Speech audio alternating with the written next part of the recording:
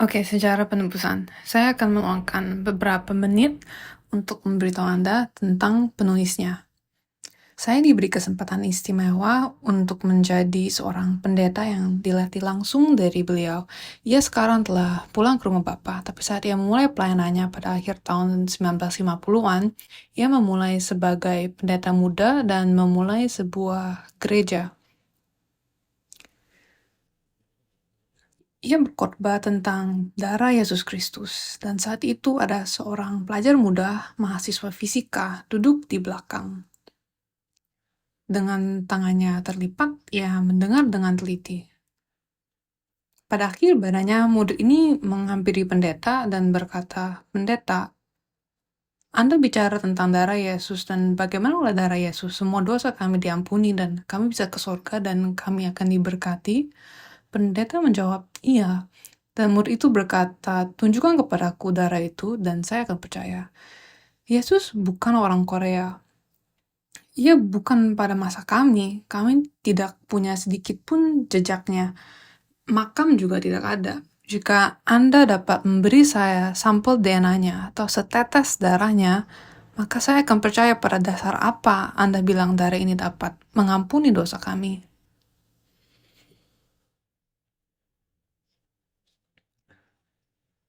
Menyulitkan, bukan?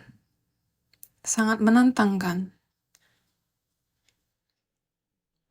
Jadi, pendeta menjelaskan dari Alkitab dan ia mencoba memberi sebuah studi Alkitab. Namun, pria muda ini ia bertekad untuk tidak percaya. Ia di sana untuk menantang kekristenan. Tapi setelah pria muda ini meninggalkan ruangan itu, pendeta senior Abraham Park terjebak sebuah dilema.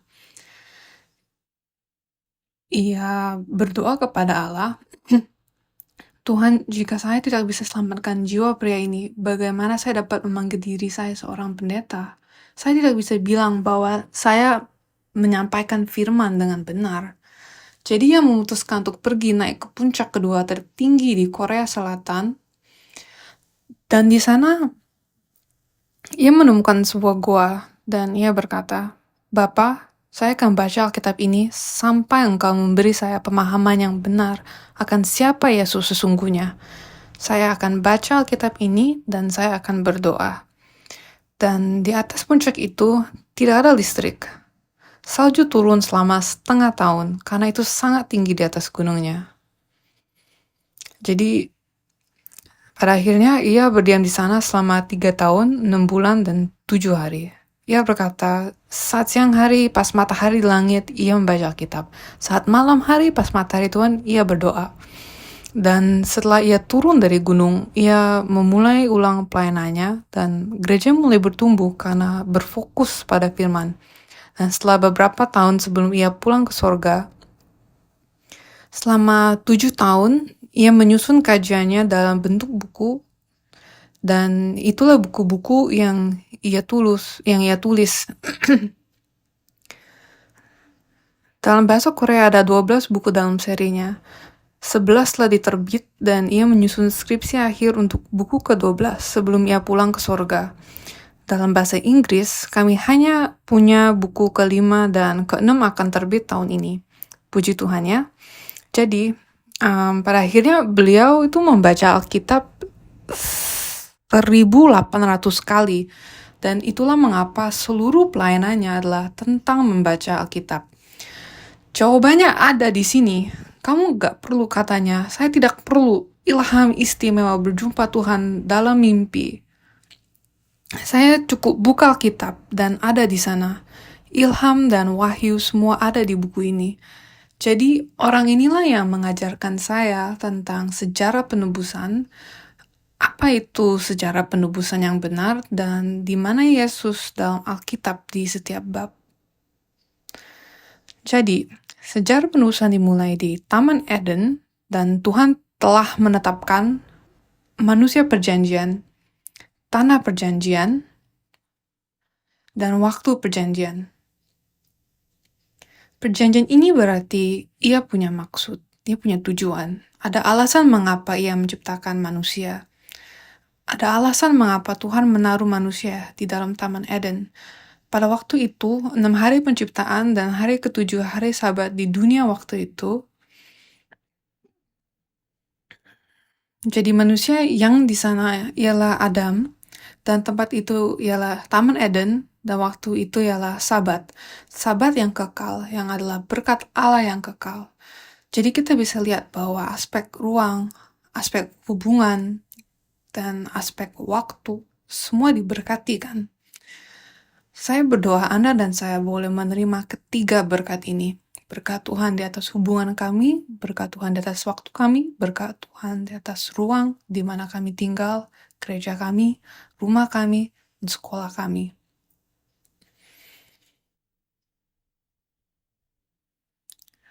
Tapi Adam adalah seorang pemuja di Taman Eden, seorang penyembah. Taman Eden seperti bait suci di bahasa Perjanjian Lama. Dan Sabat waktunya seperti kondisi penyembahan. Dan inilah gambaran dan bayangan seperti apa surga itu seharusnya. Surga penuh penyembah-penyembah. Surga sendiri seperti sebuah bait suci. Dan waktu di surga, waktu yang kekal adalah kondisi penyembahan. Saya berdoa dan percaya bahwa kalian semua sedang mengalami sedikit dari surga itu di sini di Tungling Bible School. Di mana amin kalian? Apakah ini berarti kalian tidak percaya? Ya kamu duduk di sana nih. Jadi apa yang Tuhan telah perintahkan dan alasan Ia menaruh Adam di Taman Eden dijelaskan di Kejadian pasal 2 ayat 15. Mari kita baca dahulu.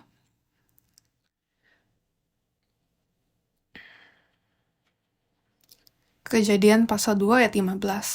Setelah Tuhan taruh manusia di Taman Eden, di sini dikatakan bahwa Allah mengambil manusia dan menaruhnya di Taman Eden untuk mengusahakan dan memelihara tanah itu. Dua hal tuh. Tujuannya adalah untuk mengusahakan dan memelihara tanah itu. Kata mengusahakan. Apakah kamu ingat di Taman Eden, si Adam sebenarnya tidak begitu perlu bertanam kan? Hanya setelah kejatuhan, Adam, maka Tuhan memberitakan Adam dengan berpeluh, engkau akan mencari makananmu sampai engkau kembali lagi menjadi tanah. Tapi sebelum kejatuhan, Adam dapat makan saja semua buah yang ada di Taman Eden. Ia dapat makan semua yang Tuhan sediakan. Jadi di sini kata mengusahakan bukan berarti bercocok tanam. Maka apa artinya? Kata mengusahakan ini adalah abad. Dalam bahasa Ibrani artinya bekerja, menyembah, dan melayani. Jadi dalam buku Imamat, dalam deskripsi apa yang perlu dilakukan oleh para imam dan suku Lewi dan bait suci Allah, kata ini sangat sering muncul. Imam tugasnya ialah melayani Allah dalam bait sucinya, dan kata itu adalah abad. Dan melayani dalam bait suci itu adalah melayani dengan maksud untuk memuliakan Allah. Maksud untuk karya penebusan untuk jemaat yang dilakukan oleh para imam itu adalah abad. Dan di bahasa kita, itu adalah menyembah. Menyembah Allah, tujuan Adam di Taman Eden adalah persekutuan dengan Allah dan penyembahan Allah. Dan berikutnya, Yesus melakukan ini di atas kayu salib. Dia melakukan karya Adam yang tidak dapat dipenuhi oleh Yesus, sang Adam yang kedua. Dan kata memelihara itu adalah syamar. Kata ini sering muncul dalam relasi akan apa yang semestinya dilakukan oleh imam dalam bait suci. Mereka semestinya menjaga kekudusan bait suci. Mereka semestinya menjaga dan mempertahankan kekudusan benda-benda dalam bait suci. Tapi hasil dari ketidaktaatan manusia, dan bagaimana kan mereka tidak taat, manusia menolak firman Allah. Allah memberikan mereka firman, jangan makan dari pohon pengetahuan akan yang baik dan yang jahat. Namun perkataan ular saat datang ke Adam dan Hawa berkata, "Gak apa-apa, makan saja buah itu, kamu tidak akan mati." Itulah perkataan ular. Perkataan mana yang Adam dan Hawa pilih? Lihat, ketidaktaatan berawal dari penolakan firman Tuhan. Mari kita kembali ke Kejadian pasal 2 ayat 7. Di sini tertulis bahwa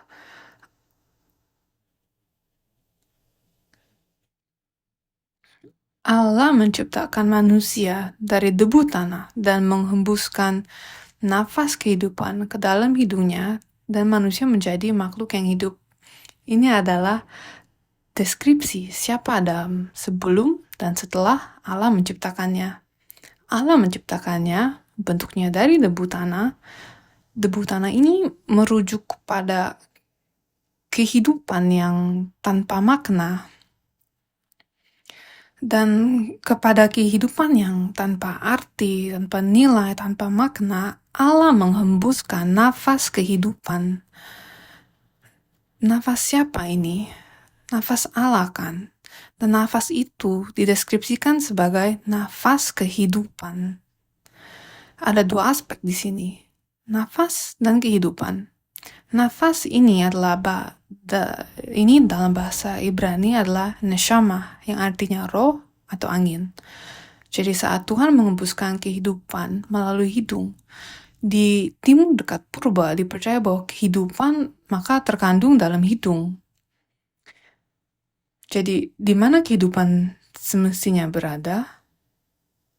Tuhan menghembuskan nafas rohnya, roh kehidupan. Dan nanti saat Yesus datang, ia berkata dalam Yohanes pasal 6 ayat 63. Ia berkata bahwa rohlah yang memberikan kehidupan. Daging sama sekali tidak berguna. Perkataan-perkataan yang kukatakan kepadamu adalah roh dan hidup. Dua aspek, roh dan hidup. Yesus adalah perkataan yang saya bicarakan kepadamu. Perkataannya mengandung roh dan hidup, maka apa yang Adam terima dapat diartikan sebagai perkataan Allah dalam dirinya, dan itulah yang menjadikannya makhluk hidup. Bahkan di Perjanjian Baru, di Kisah Para Rasul pasal 10 ayat 4. Ingat saat Petrus dipanggil untuk pergi ke rumah Cornelius, saat itu ia sedang mengajarkan. Coba saya buka pasalnya. Kisah Para Rasul pasal 10 ayat 44. Ketika Petrus sedang berkata demikian, turunlah Roh Kudus ke atas semua orang yang mendengarkan pemberitaan itu. Jadi Roh Kudus diturunkan kepada semua orang yang mendengarkan pemberitaan itu. Jadi Roh Kudus diberikan kepada semua orang yang menerima firman Tuhan itu. Adam menerima firman Tuhan, yang adalah roh dan kehidupan Allah. Ia memiliki itu saat ia berada di Taman Eden.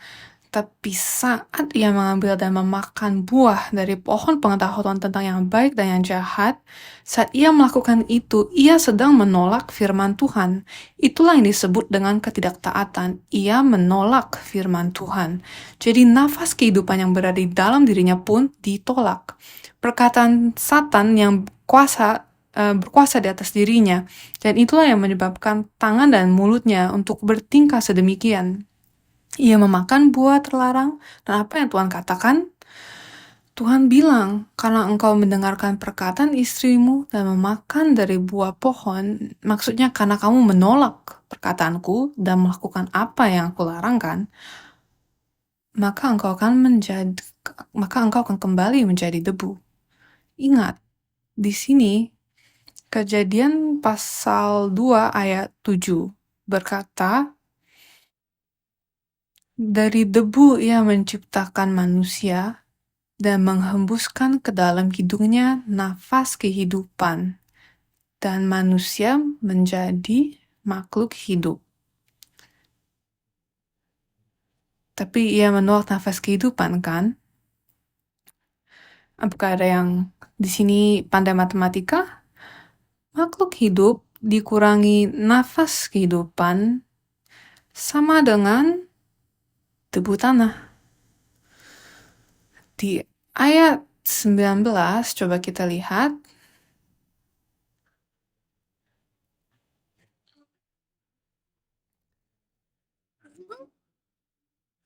Oleh keringat wajahmu, kamu akan memakan roti. Tuhan sedang berbicara kepada Adam ya di sini. Sampai engkau kembali lagi menjadi tanah, karena dari situlah engkau diambil. Sebab engkau debu, dan engkau akan kembali menjadi debu. Secara fisik memang ini benar. Saat kita meninggal dan membusuk, kita menjadi tanah. Tapi ia tidak hanya berbicara secara fisik, namun secara rohani. Adam pun telah kembali menjadi debu. Jadi apa maksudnya ini? Kamu perlu lagi nafas kehidupan itu. Nafas kehidupan itu kamu perlu lagi. Kamu kosong akan kehidupan itu. Lalu Allah berbicara lagi kepada ular itu. Di ayat 14, lalu berfirmanlah Tuhan Allah kepada ular itu, karena engkau berbuat demikian, terkutuklah engkau di antara segala ternak dan di antara segala binatang hutan. Dengan perut mula engkau akan menjalar, dan debu tanahlah akan kau makan seumur hidupmu. Namun apakah ular memakan debu? Ini bukan secara harfiah, ini berbicara secara rohani. Kita yang telah kehilangan nafas kehidupan telah menjadi debu, yang adalah makanan untuk si ular. Ular memakan debu. Sehingga, jika kita tidak ingin dimakan ular, ingat dalam kitab Wahyu, si naga merah yang disebut juga si ular tua sedang berusaha untuk memakan anak yang ditetapkan untuk dilahirkan nanti. Ular sedang berusaha untuk memakan anak-anak Allah. Tapi jika kita bertetap dalam keadaan debu, maka kita akan dimakan oleh si ular. Jadi, apa solusinya di sini? Kita perlu lagi nafas kehidupan itu. Kita perlu lagi tambahan itu. Dan siapa yang membawa nafas kehidupan itu? Nafas kehidupan itu, kata Yesus, ialah firman Tuhan. Oleh karena itu, kita perlu menerima firman Tuhan dan menerima firman ini. Yesus lanjut berkata di Yohanes pasal 16, Yohanes pasal 16 ayat 12 katanya, masih banyak hal yang harus kukatakan kepadamu. Ini berpaling sebelum penyalibannya, tau gak? Yesus bilang, masih banyak hal yang harus kukatakan kepadamu, tetapi sekarang kamu belum dapat menanggungnya. Lalu ia berkata, tetapi apabila ia datang, yaitu roh kebenaran, ia akan memimpin kamu ke dalam seluruh kebenaran, sebab ia tidak akan berkata-kata dari dirinya sendiri, tetapi segala sesuatu yang didengarnya ia itulah yang akan dikatakannya, dan ia akan memberitahukan kepadamu hal-hal yang akan datang. Jadi, terimalah Roh Kudus, kamu akan memahami perkataan yang aku sedang berusaha untuk sampaikan kepadamu. Dan saat kamu menerima firman, kamu menerima Roh Kudus. Yesus mati di kayu salib, dan setelah ia bangkit, ia datang ke murid-muridnya di Yohanes pasal 20 ayat 20. Dan sesudah berkata demikian, ia menunjukkan tangannya dan lambungnya kepada mereka. Murid-murid itu bersuka cita ketika mereka melihat Tuhan, maka kata Yesus sekali lagi, damai sejahtera bagi kamu, sama seperti Bapa mengutus aku, demikian juga sekarang aku mengutus kamu. Dan sesudah berkata demikian, ia menghembusi mereka dan berkata, terimalah Roh Kudus. Untuk apa Yesus ke bumi? Ia datang untuk menghembuskan nafas kehidupan ke dalam kami lagi, supaya kami tidak tetap dalam debu.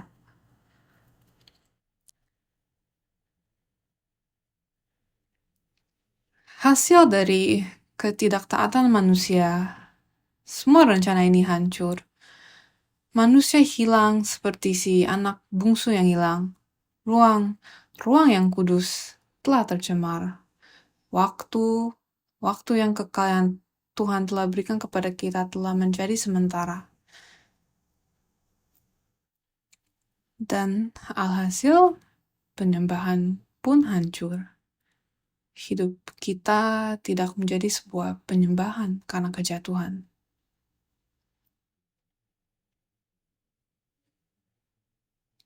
Tapi Allah berkata, kasih Allah, Ia mengizinkan kita untuk berbuat kesalahan karena kita bukan robot. Tahukah kamu? Tahukah kamu apa yang akan terjadi pada seorang anak atau anak-anak kami jika mau mengatur setiap pikiran dan tindakan mereka? Apa yang akan terjadi pada mereka?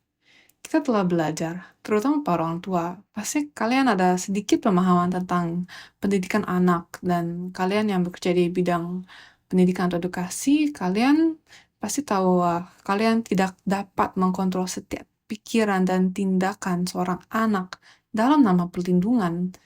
Saya peduli padamu, saya sayang padamu, maka kamu harus mendengarkan saya. Saya tahu apa yang baik untukmu, dan saya tahu apa yang buruk untukmu. Kita tidak bisa mendikte semua hal ini. Anak itu bisa bertumbuh menjadi gila. Kita bukan robot. Kita perlu mengajarkan mereka nilai-nilai. Nah, ini sama dengan Allah. Banyak sekali orang bertanya, mengapa Tuhan tidak tabuk tangan Adam dan Hawa saat sebelum mereka memakan dari pohon pengetahuan tentang yang baik dan yang jahat? Atau makanya tidak menakuti mereka dengan petir? Atau apa aja yang dapat mencegah kejatuhan mereka itu? Karena Tuhan adalah kasih. Tuhan sangat menghormati kita sebagai individu yang diciptakannya sebagai anaknya. Maka dari itu, saat kita sedang melakukan kesalahan, ia sedang menunggu kita. Dan ia menunggu selama 6.000 tahun. Dan ia siap melakukan itu untuk kita. Dan dia tidak membuang kita, ia tidak menolak kita, ia tahu konsekuensi apa dan hasil apa ini akan bawa. Tapi ia memperhatikan kejadian ini semua, dan ia berkata, sekarang kamu telah melakukan apa yang aku larang, tapi aku akan kirimkan kepadamu sebuah benih. Aku akan mengadakan permusuhan antara engkau dan perempuan ini, antara keturunanmu dan keturunannya. Keturunannya akan meremukkan kepalamu, dan engkau akan meremukkan tumitnya. Jadi ini adalah awal dari sejarah penebusan. Tentang bagaimana Tuhan memenuhinya. Jadi Tuhan sedang mencari penyembah, seorang penyembah. Dan saat ia menemukan seorang penyembah yang sejati, ia akan mengadakan perjanjian dengan dia.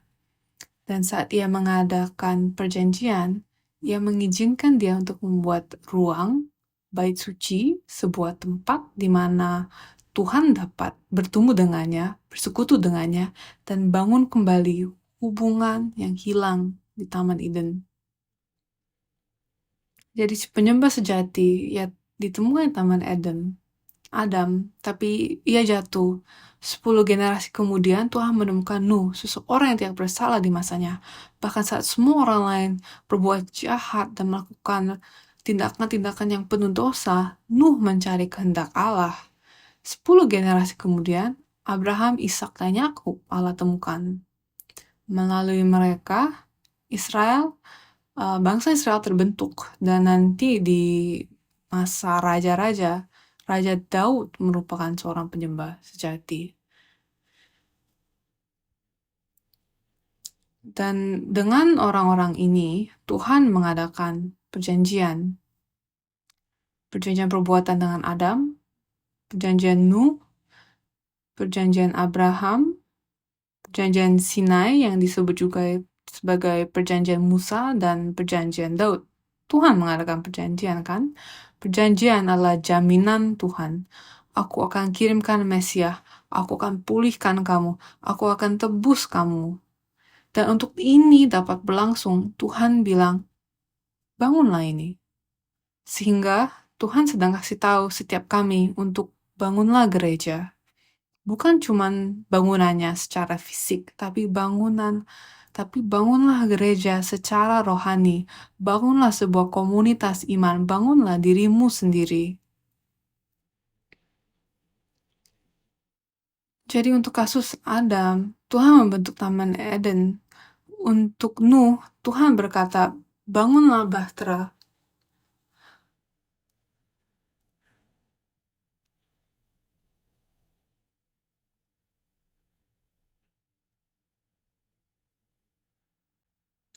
Bahtera itu seperti bait suci, karena di dalam bahtera kamu akan temukan karya Tuhan.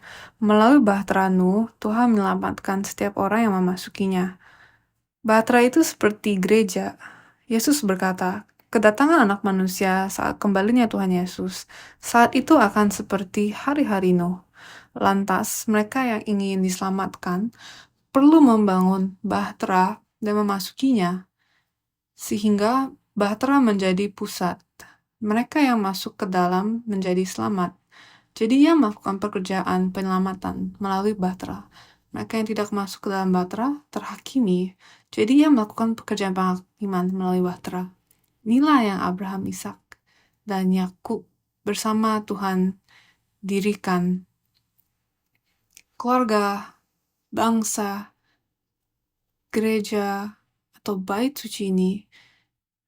Dan judulnya itu battle, karena Yakub sadar bahwa kemanapun ia pergi, Tuhan berkata, aku akan menyertaimu.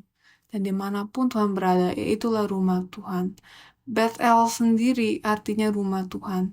Dan di perjalanan padang gurun melalui Musa kepada bangsa Israel, Tuhan memerintahkan mereka untuk membangun kemah suci. Dan itu adalah rancangan dasar dari bait suci yang Raja Daud akan persiapkan dan Raja Solomon akan bangun di Yerusalem nanti. Dan setelah itu datanglah Yesus. Yesus menjanjikan kita sebuah perjanjian baru, dan pada waktu itu bait suci didirikan di Yerusalem disebut sebagai bait suci Herod. Itu merupakan bait suci Zerubabel yang direnovasi dan diperbaiki oleh Raja Herod. Raja Herod merupakan seorang jenius dalam ilmu konstruksi, dan ia ingin memenangkan sedikit hati para rakyat Israel. Jadi ia membuat bait suci ini bangunan yang paling indah yang berdiri di masa itu. Dari jauh ini seperti berlian yang bersinar di bawah matahari. Tapi Yesus, apa yang Yesus lakukan di awal pelayanannya? Ia memasuki bait suci itu dan ia berkata, hancurkan bait suci ini. Mengapa? Karena bangunan itu tidak digunakan sebagaimana semestinya. Bait suci adalah tempat yang menerima kehadiran Allah, tapi saat Yesus datang tidak ada yang mengenalinya. Itu semestinya menjadi tempat di mana mereka merayakan dan menerima datangnya Mesia. Tapi ia masuk, dan tak seorang pun sadar. Mereka semua sibuk menukar uang dan sibuk dengan gaya hidup yang rusak mereka. Maka Yesus berkata, hancurkan bait suci ini, sebab bangunan tidak melayani tujuannya. Aku akan bangunkannya kembali dalam 3 hari. Dan murid-muridnya sadar kemudian nanti bahwa Yesus sedang berbicara tentang kebangkitan tubuhnya. Yohanes pasal 2 ayat 19 hingga 22. Ayat 21. Tapi yang dimaksudkannya dengan bait Allah ialah tubuhnya sendiri. Jadi Yesus bukan berbicara soal bait suci Herod. Bait suci yang sejati adalah tubuh Kristus. Dan di kitab Wahyu, ia menjanjikan kita kepada kita yang terus mengikutinya dan simpan firman Tuhan, ia akan berikan kepada kita langit yang baru dan bumi yang baru, Yerusalem yang baru. Di Wahyu pasal 21 ayat 2 dikatakan, dan aku melihat kota yang kudus, Yerusalem yang baru, turun dari surga, dari Allah, yang berhias bagaikan pengantin perempuan yang berdandan untuk suaminya. Maka di akhirnya untuk kita ada Yerusalem yang baru, orang kudus akhir zaman dan penggenapan perjanjian. Jadi inilah sejarahnya secara singkat. Rangkuman dari sejarah penebusan. Kamu dan saya adalah bagian dari sejarah. Saya berdoa supaya bagaimana nama-nama ini ada di dalam kotak-kotak ini, kiranya kamu semua dapat menulis namamu pun di sana. Kiranya Allah menulis namamu di kitab kehidupan. Amin.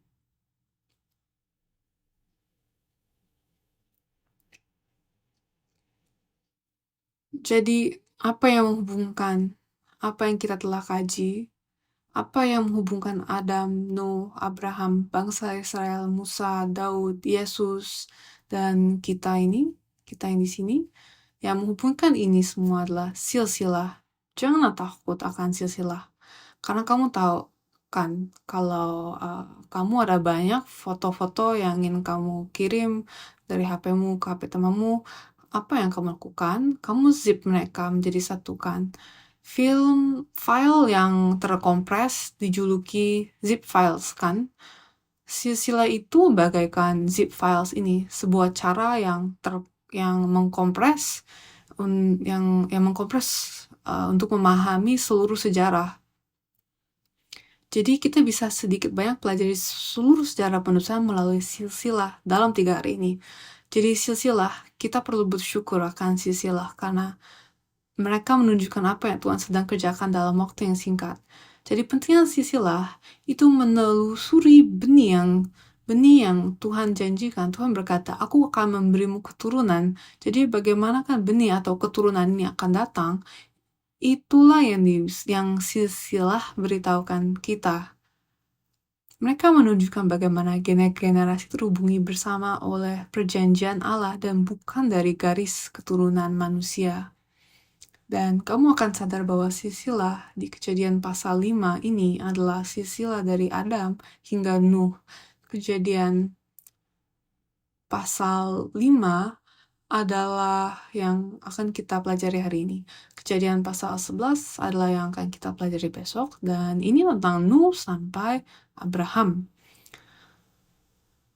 Lalu kita akan lanjut ke Matius pasal 1 yang merupakan silsilah dari Abraham sampai Yesus Kristus.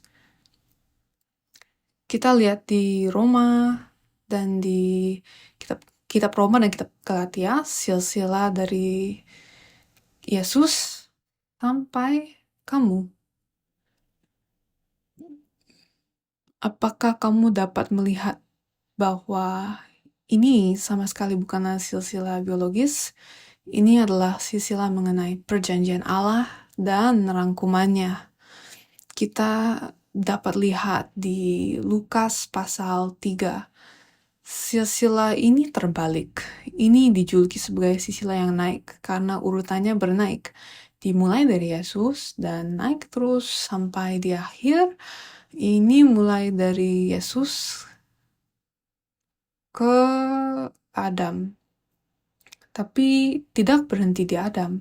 Di sini tercatat Yesus sampai Adam dan kemudian anak Allah. Jadi silsilah ini lanjut ke anak Allah, dan di Ibrani pasal 11 yang saya sebut silsilah iman,